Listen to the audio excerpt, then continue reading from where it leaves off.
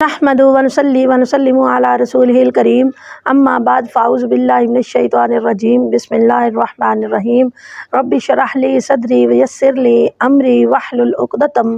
मिन लिसानिही यफ़क़हू क़ौली। अस्सलामु अलैकुम व्यूअर्स, मैं उज़्मा नसरीन हाज़िर हूँ एक नए इस्लामिक व्लॉग के साथ,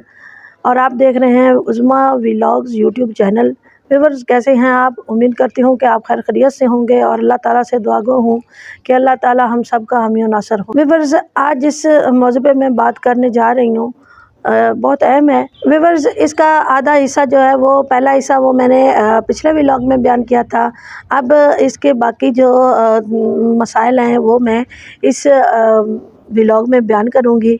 तो आज का मेरा टॉपिक है मैयत को गुस्ल देने के मुताल्लिक शरई मसाइल। व्यूअर्स, मैंने पिछले व्लॉग में बयान किया था कि मैयत को गुस्ल देने के लिए बेरी के पत्ते डालकर पानी जो है वो पकाया जाए, उबाला जाए। जब वो नीम गर्म रह जाए तो इस ऐसे पानी के साथ मैयत को गुस्ल दिया जाए। तो व्यूअर्स, अगर किसी के पास बेरी के पत्ते डालकर पकाया हुआ उबाला हुआ पानी नहीं मौजूद या वो नहीं कर सका, तो ऐसी सूरत में वो पानी जो है वो खाली नीम गर्म कर ले और उसके साथ मैयत को गुस्ल दे दिया जाए, तो ये भी दुरुस्त है। मैयत को गुस्ल इसी तरह 3 दफ़ा गुस्ल देना है, जिस तरह मैं ये तरीका पहले बयान कर चुकी हूँ पिछले व्लॉग में। तो बिल्कुल उसी तरीके से मैयत को गुस्ल देना है। ये ख्याल नहीं करना कि बेरी के पत्ते डालकर पकाया हुआ पानी जो है वो मौजूद नहीं है तो अब दूसरे पानी के साथ नहलाना दुरुस्त नहीं है, बल्कि इसी पानी के साथ बस नीम गर्म पानी होना चाहिए। बहुत ज़्यादा गर्म नहीं होना चाहिए, इतना गर्म हो कि जितना एक ज़िंदा इंसान जो है वो गर्म पानी इस्तेमाल करता है, इतना पानी गर्म होना चाहिए और इस पानी के साथ मैयत को गुस्ल दे देना दुरुस्त है। व्यूअर्स, जो तरीका मैंने पहले व्लॉग में बयान किया है वो सुन्नत तरीका है गुस्ल देने का। तो अगर कोई इंसान जो है वो इस तरीके के साथ मैयत को गुस्ल ना दे, बल्कि पूरे मैयत का जो जिस्म है उसके ऊपर, पूरे जिस्म के ऊपर पानी डाल दे और अच्छी तरीके से यकीन कर ले कि मैयत के जिस्म का कोई हिस्सा जो है वो खुश्क नहीं रहा,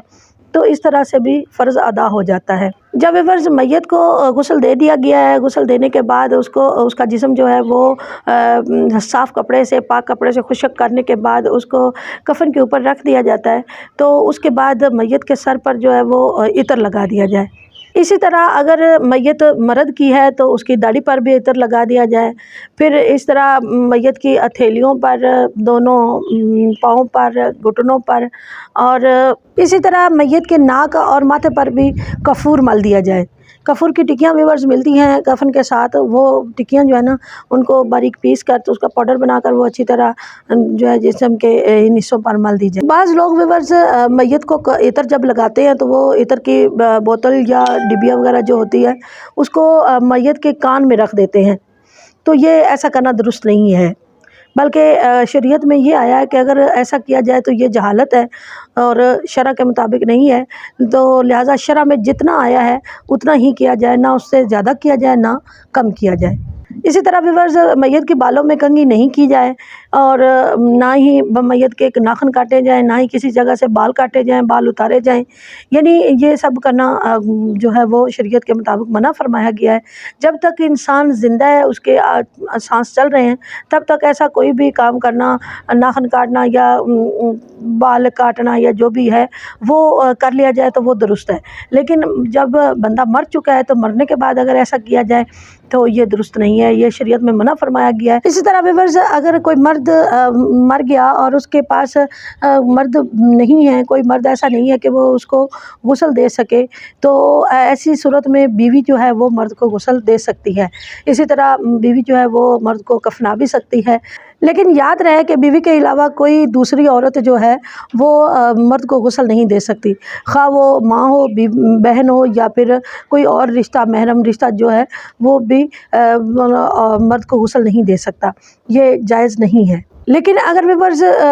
जो मरने वाला मर्द है इसकी बीवी ना हो तो ऐसी सूरत में इसको मर्द को तयम्मुम दिया जा सकता है। लेकिन तयम्मुम करवाने में भी ये शरीयत बताती है कि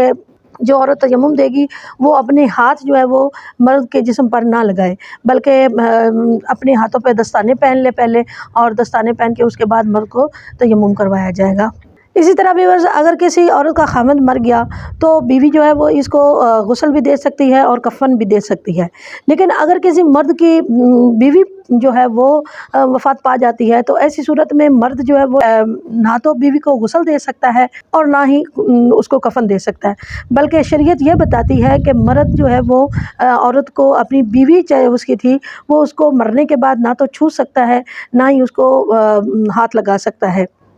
ہاں البتہ اسے دیکھ سکتا ہے، دیکھنا درست ہے، اور کپڑے کے اوپر سے، جسم کے اوپر جو کپڑے تھے اس کے اوپر سے وہ اس کو چھو بھی سکتا ہے، لیکن اس کے جسم پر مرد کا ہاتھ نہ لگے۔ اسی طرح ویورز حیض نفاس والی عورت یا ایسا انسان جو ناپاک ہیں وہ کسی بھی میت کو غسل نہیں دے سکتے، نہ ہی میت کے پاس آنے چاہیے، نہ ہی کسی میت کو غسل دے سکتے ہیں۔ شریعت میں اس کے منع فرمایا گیا ہے اور سختی سے منع فرمایا گیا ہے کہ کوئی اگر ناپاک انسان ہے تو وہ میت کے پاس جب آتا ہے تو اس بات کا جو گناہ اور جو سختی ہے وہ میت کے کو ہوتی ہے۔ اور اسی طرح ویورز میت کو غسل دینے کے متعلق سب سے بہتر یہ ہے کہ اگر میت کسی عورت کی ہے تو اس کو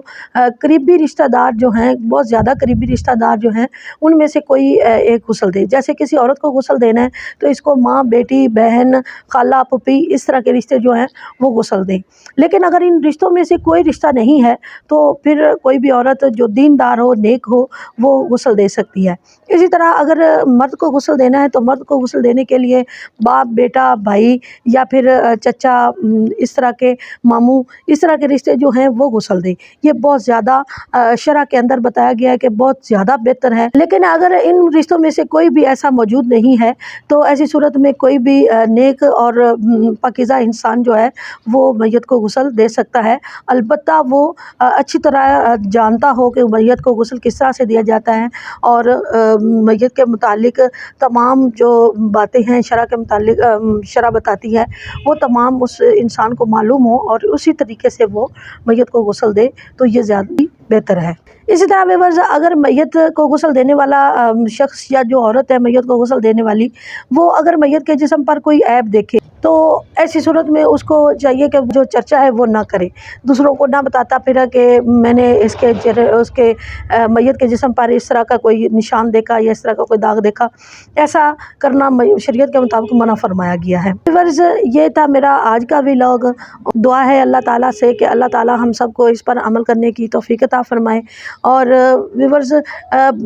میری آپ سے ریکویسٹ ہے کہ ویورز آپ جو ہے پورا ولاگ دیکھا کریں اور اس پر عمل کرنے کی کوشش کیا کریں، کیونکہ میری